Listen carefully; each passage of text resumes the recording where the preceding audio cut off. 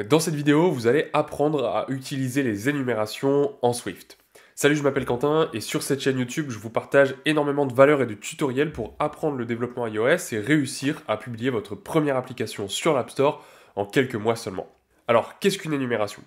Dans la vie de tous les jours, on est souvent amené à faire en fait des choix parmi un ensemble possible, mais un ensemble limité. Par exemple, les jours de la semaine, la taille des vêtements, ou encore des étapes de commande comme en cours, expédié, livré, etc., etc. Et en fait, je pense que vous savez à ce niveau-là que dans une application iOS, il y a énormément de choses qui doivent être représentées de la vie réelle. Donc par exemple, comme on le disait, les tailles des vêtements, un état de livraison, etc., etc. Et donc en Swift, pour représenter ce genre d'informations de façon claire et surtout sûre, de manière sécurisée, eh bien on peut utiliser des énumérations, qu'on appelle aussi des énums. Les énumérations, en fait, nous permettent de regrouper un ensemble de valeurs possibles dans un type défini. Aujourd'hui, si vous voulez stocker les jours de la semaine, vous pouvez très bien faire ça dans un entier ou une chaîne de caractères. La chaîne, lundi, mardi, mercredi, etc. Le problème, c'est que, avec une chaîne de caractères, on n'est pas sûr d'avoir forcément un jour de la semaine. On pourrait avoir mardi, mercredi, ou des trucs comme ça. Enfin, j'invente, mais voilà, une chaîne de caractères qui n'est pas un jour de la semaine parce que peut-être qu'on s'est trompé, on a fait une typo, ou peu importe. Et donc les énumérations permettent vraiment ça, de regrouper un ensemble de valeurs dans un seul type. Donc dans ce chapitre, vous allez voir comment créer une énumération, comment utiliser ce qu'on appelle des raw values, des valeurs brutes, ajouter ce qu'on appelle aussi des valeurs associées, et donc comprendre à quoi les énumérations et leurs différentes fonctionnalités peuvent nous servir concrètement. Commençons déjà par déclarer une énumération. Une énumération très simple, on suppose que vous souhaitiez déclarer, en fait, représenter les points cardinaux, donc le nord, le sud, l'est et l'ouest. Ce serait un peu bête de stocker ça dans une chaîne de caractères, donc, par exemple direction égale sud, parce que à tout moment je peux faire une typo, je peux mettre un E, je peux mettre un T, etc., etc. Et donc ça pourrait gêner et créer des potentiels bugs dans l'application. Et au lieu de ça, on peut créer une énumération avec le mot-clé enum, et ensuite on lui donne un nom. Donc moi je vais l'appeler direction. Donc ça permet de créer une énumération. Tout comme les structures ou les classes, si jamais vous voulez quelques petits rappels concernant les structures et les classes, je vous ai mis un lien dans la description vers une autre vidéo qui explique tout ça plus en détail. Et donc, à la différence d'une classe ou d'une structure où je vais pouvoir ajouter des propriétés et des méthodes, ici je peux ajouter ce qu'on appelle des cas d'énumération. Donc par exemple, north, case south, case east et case west. Ici, je viens de créer 4 valeurs possibles pour mon type. C'est-à-dire que toutes les variables qui auront le type direction ne pourront prendre qu'une valeur parmi ces 4 ici qui sont listés. C'est tout. Ce sera impossible de donner une autre valeur. Et donc cette énumération définit donc un type personnalisé qui s'appelle direction, et qui a 4 valeurs possibles. Donc je peux créer une nouvelle variable, myDirection, qui est de type direction.east. Donc là, je viens de créer une nouvelle valeur qui a la valeur east. Alors, je peux la définir de plusieurs types. Enfin, de plusieurs manières. Ici, je peux écrire myDirection égale direction.east. Je lui donne directement une valeur comme si j'écrivais letName égale Quentin. Je peux aussi préciser son type, donc je peux dire que c'est une direction, c'est un objet de type direction, tout comme je préciserai string. Ici, direction et string, c'est la même chose, c'est un type. Et quand on précise le type, ici, qu'on dit que myDirection, c'est un objet de type direction, je ne suis pas obligé de réécrire le nom de l'énumération ici. Vous voyez que je peux directement écrire .east, north, south, west, etc., etc. Donc ici, je peux directement lui donner une valeur. Les 3 syntaxes sont correctes. Il n'y en a pas une meilleure que les autres. Ça dépend vraiment de chacun. Et donc, grâce aux énumérations, votre variable ne peut prendre qu'une seule valeur parmi celles qui sont définies, ce qui rend le code beaucoup plus fiable et ce qui évite beaucoup plus souvent les bugs. Alors, on peut aussi améliorer la lisibilité de notre code avec un switch. On utilise souvent une énumération avec un switch, enfin c'est plutôt l'inverse, un switch avec une énumération, parce que ici, on peut imaginer par exemple qu'on veuille afficher un petit message en fonction de la direction à suivre. Suivez le nord ou allez vers le nord, allez vers le sud, allez vers l'ouest, etc., etc. Et donc, je pourrais créer une fonction qui s'appelle describe. Donc on peut imaginer que c'est voilà, la description de la direction, describe, qui va prendre en paramètre une direction. Donc ce paramètre est évidemment de type direction, et la fonction va afficher un message. Donc elle va afficher un message du style « vous allez vers… etc. » Et donc le « etc. » va être remplacé par soit nord, sud, est, ouest en fonction de la valeur. Et donc pour tester la valeur qui est enregistrée dans myDirection, ou en tout cas dans le paramètre direction, eh bien on peut faire un switch et tester le switch sur direction, et ensuite je vais pouvoir lister tous les cas possibles. Donc case north, et ensuite je vais exécuter un code, donc je vais afficher par exemple vous allez vers le nord, case south, et pareil, vous allez vers le sud,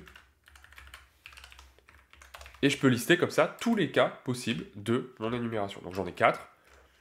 Donc on va mettre east, 2 points, vous allez vers l'est, et pareil pour le dernier cas possible, case ouest. Donc encore une fois, si vous avez besoin de quelques rappels sur le switch case, n'hésitez pas à regarder dans la description, vous avez un lien vers une playlist complète pour apprendre les bases du Swift, ou vers les articles de blog qui vous permettront d'en apprendre plus sur le langage Swift. Et donc, en fonction de la valeur qui est enregistrée dans myDirection, eh bien, je vais afficher un message en conséquence. On peut tester describe, donc describe direction, et je lui passe myDirection ou next direction, on pourrait imaginer n'importe quelle direction. Et quand j'appuie sur play, eh bien, on va voir que j'ai le message. Donc ici, j'avais la valeur east, j'ai bien le message vous allez vers l'est qui est affiché. Donc ça, c'était pour le switch case qu'on peut utiliser très souvent avec des énumérations. Ensuite, ce qu'il faut savoir, c'est que les énumérations peuvent aussi avoir ce qu'on appelle des raw values, des valeurs brutes. Parfois, on souhaite associer à chaque cas d'énumération une valeur brute, comme du texte, un nombre ou un caractère par exemple. Mais on peut associer absolument ce qu'on veut. Et donc le Swift permet de faire ça, permet d'associer une valeur à un cas d'énumération. Prenons l'exemple d'un jour de la semaine. Donc on va l'appeler weekday. Je peux créer mon énumération avec, alors on va pas tous les faire, mais on va ajouter 3 jours. Donc Monday, case Tuesday et case Wednesday. Voilà. J'ai créé mes 3 cas possibles. Donc je peux très bien ici écrire let today égale day.monday, weekday, pardon, day.monday. Encore une fois, je peux écrire ça, ou alors je peux écrire 2 points weekday et supprimer le weekday ici, parce que comme on sait déjà que c'est un objet de type weekday, bah, il me propose automatiquement les différentes valeurs possibles. Donc ici, j'ai créé ma valeur. Voilà, j'ai créé une énumération, j'ai créé une valeur de ce type. Et donc maintenant, pour associer des valeurs, ce qu'on appelle des raw values, eh bien il suffit dans un premier temps de préciser le type de la valeur qui va être associée, parce qu'on doit forcément avoir toujours le même type de valeur. Ici, je ne peux pas mettre une valeur de type entier pour Monday et un string pour Tuesday. C'est tous des chaînes de caractères, tous des entiers, tous des booléens. C'est à chaque fois le même type. Et donc pour préciser le type de la valeur associée, je peux le préciser ici. Je peux écrire weekday, 2 points, string. Et dans ce cas-là, je vais pouvoir associer avec le égal une chaîne de caractères à chaque cas d'énumération.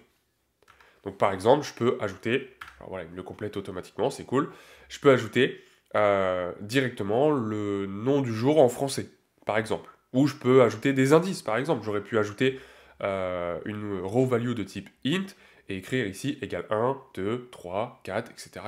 pour ajouter un indice associé. Et donc l'avantage de ça, c'est que maintenant je peux écrire print today.rowValue et ça va me permettre d'afficher le jour de la semaine en français. Si j'écris juste today, attention, il ne va pas me l'écrire comme ça. Il va m'écrire un truc un petit peu bizarre, voilà, il va m'écrire le cas d'énumération Monday. Et l'avantage de ça, c'est que maintenant, je peux créer une fonction describe qui prend en paramètre un weekday. Et dans ce weekday, je ne suis plus obligé de faire un switch case. J'aurais pu faire un switch case en disant, bah, si tu es Monday, tu affiches lundi. Si tu es Tuesday, tu affiches mardi. Si tu es Wednesday, tu affiches mercredi, etc. Mais l'avantage, c'est que maintenant, j'ai plus qu'à écrire print, nous sommes, deux points, et là, utiliser day.rowValue, puisque c'est une chaîne de caractères qui représente le jour. Et donc, si maintenant j'appelle describe avec la direction, et puis, enfin le day, pardon, et on lui met par exemple Friday, j'appuie sur Entrée, et on voit que ici j'ai bien le texte vendredi qui a été remplacé par day.value. Donc voilà, ça peut servir dans énormément de cas, vous allez voir avec l'expérience que ça peut être très utile dans différentes situations, mais on peut à chaque fois associer une valeur à un cas d'énumération. Ensuite, en plus des raw values, on peut également ajouter ce qu'on appelle des valeurs associées. Les valeurs associées, c'est aussi quelque chose de très intéressant en complément des raw values. Donc, les valeurs associées ou associated value. Et donc, contrairement aux raw values, les valeurs associées permettent d'attacher une information différente à chaque case. On voit ici que tous les Monday, avec les raw values, auront la valeur lundi. Alors qu'avec les valeurs associées, eh bien, on peut créer un cas lundi avec une valeur associée, un autre cas lundi avec une autre valeur associée, etc. On va prendre un exemple, ça va être plus parlant. Imaginons par exemple qu'on veuille créer un système de notification. On va créer une énumération, notification, ici avec 3 cas. Par exemple, c'est une notification de type message, une notification de type mise à jour ou une notification de type erreur. Donc case message, case update et case error. Voilà, je veux créer 3 types de notifications possibles. Des messages, des mises à jour et des erreurs. Donc là, je peux créer une première notification. Notif 1 égale notification.message. Et je peux créer un deuxième message. Voilà, je peux créer autant de notifications que je veux. Et puis la troisième, on va créer une erreur. Donc, notif 1, notif 2, notif 3, error. Ensuite, donc là c'est une énumération tout à fait classique, on peut ajouter donc ce qu'on appelle des valeurs associées. Comment est-ce qu'on ajoute une valeur associée? Tout simplement en précisant le type de la valeur, mais cette fois-ci pour un cas bien précis. Donc si j'ajoute après le cas d'énumération message les parenthèses string, ça veut dire que je peux associer une chaîne de caractères à chaque message. Et là, je peux très bien ajouter une valeur associée pour un seul des cas et pas pour les autres. Tout comme je peux ajouter une valeur associée de type double pour un cas, une valeur de type associé string pour message, etc. Et donc, si je fais ça, eh bien, je vais pouvoir fournir une valeur de type chaîne de caractères à chaque message. Donc, par exemple, bienvenue dans l'app. Voilà, j'ai créé une notification avec, de type message avec la valeur associée bienvenue dans l'application. Je peux créer une deuxième valeur associée. Veuillez vous inscrire. Et là, j'ai créé deux notifications qui ont le même type, avec le même cas d'énumération message, mais qui ont deux valeurs associées différentes. Donc là, si j'écris print notif 1, eh bien on va voir que j'ai message avec ce message-là qui s'affiche. Pour récupérer la valeur associée, il va falloir utiliser un switch case et on va voir ça juste après. Mais donc vous voyez que si j'écris print notif 2, c'est bien deux notifs qui ont le même cas d'énumération, message, mais qui ont juste deux messages différents. Ensuite, comme on l'a dit, on peut ajouter des types différents pour chaque cas d'énumération. Et même, ça va plus loin que ça, on peut même ajouter plusieurs types. Là, par exemple, pour une erreur, je peux ajouter une valeur de type entier et une valeur de type chaîne de caractères. Et je peux en ajouter comme ça autant que je veux. Et ça va même encore plus loin, parce qu'on peut aussi leur donner un nom. Je peux écrire code de points et description de points. Tout comme l'update, ici je peux écrire version de points. Et ce qui me permet comme ça de créer des cas d'énumération avec une chaîne de caractères pour les messages, avec une version pour les mises à jour, et avec un code et une description pour chaque erreur. Et donc ici, vous voyez que si j'écris error, il me propose automatiquement de compléter le code de l'erreur et la description. Donc par exemple, 404, page non trouvée. Et donc quand je crée une énumération, je dois fournir à chaque fois les valeurs associées en fonction du cas d'énumération possible. Donc ici on voit que j'ai créé un cas d'énumération avec à chaque fois une ou plusieurs valeurs associées et potentiellement un label pour retrouver et pour définir chacune de ces valeurs. Alors c'est bien beau tout ça, mais comment est-ce qu'on fait pour utiliser ces différents cas d'énumération qui ont des valeurs associées, et surtout récupérer ces valeurs associées? Et bien pour ça, on peut utiliser, comme on le disait, un switch case. Alors, on va mettre tout ça dans une fonction. Donc fonction qui permet d'afficher par exemple la notification. Donc display, notification, notification. Et on va afficher un petit message dans la console en fonction de la notification qui est passée en paramètre. Donc pour ça, on va devoir tester quel est le type de l'énumération. On veut savoir si c'est un message, si c'est une erreur ou si c'est une mise à jour. Donc je vais faire un switch case sur notification. Le switch case, il a trois cas possibles, message, update et error. Donc case, message, deux points, case, error, deux points, et case, update qu'on va mettre juste avant parce qu'il était en deuxième. Voilà. Alors ici, je retire l'autocomplétion parce que je peux très bien juste avoir envie de tester si je suis dans le cas d'un message, message de points, mise à jour, de points, et erreur, de points. Donc ça, c'est exactement ce qu'on a vu jusqu'à présent avec une énumération classique et un switch case classique. Le switch et les différents cas possibles où j'affiche un message. Rien ne change jusque-là. Par contre, je ne sais pas si vous l'avez remarqué, mais l'autocomplétion me proposait ici de récupérer la valeur associée. Et donc là, c'est à moi de créer une valeur. Donc je vais créer une variable letText. Et dans ce texte va être stocké la valeur associée. Donc vous voyez que si j'écris texte ici, et qu'ensuite j'appelle la méthode, enfin la fonction display avec une notification, on va prendre un message, donc par exemple notif 1, et que je lance mon simu, on va passer tout logiquement dans la ligne 65, puisque la notif 1, c'est un message, et on a bien message de point, bienvenue dans l'app. Vous voyez, message de point, et la valeur associée, c'est-à-dire bienvenue dans l'application qui était, voilà, ici. On peut faire la même chose avec tous les autres cas d'énumération. Donc, on voyait, hein, si j'écris update, il me propose automatiquement de stocker la version, donc version, deux points, let, version. Alors ici, on a cette syntaxe-là, ou celle-ci, qui est possible. Donc ici, je peux directement écrire let, version, pour récupérer, encore une fois, la version. Et puis, je peux l'utiliser dans la chaîne de caractères. Alors, j'avais pas d'update. Bah, ici, la notif 2, on va la remplacer par une update. Et on va dire que c'est la version 34. Allez, 34.3.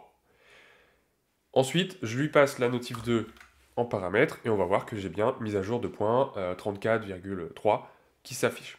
Et pareil pour erreur. j'ai deux valeurs, cette fois-ci j'ai deux valeurs que je peux récupérer.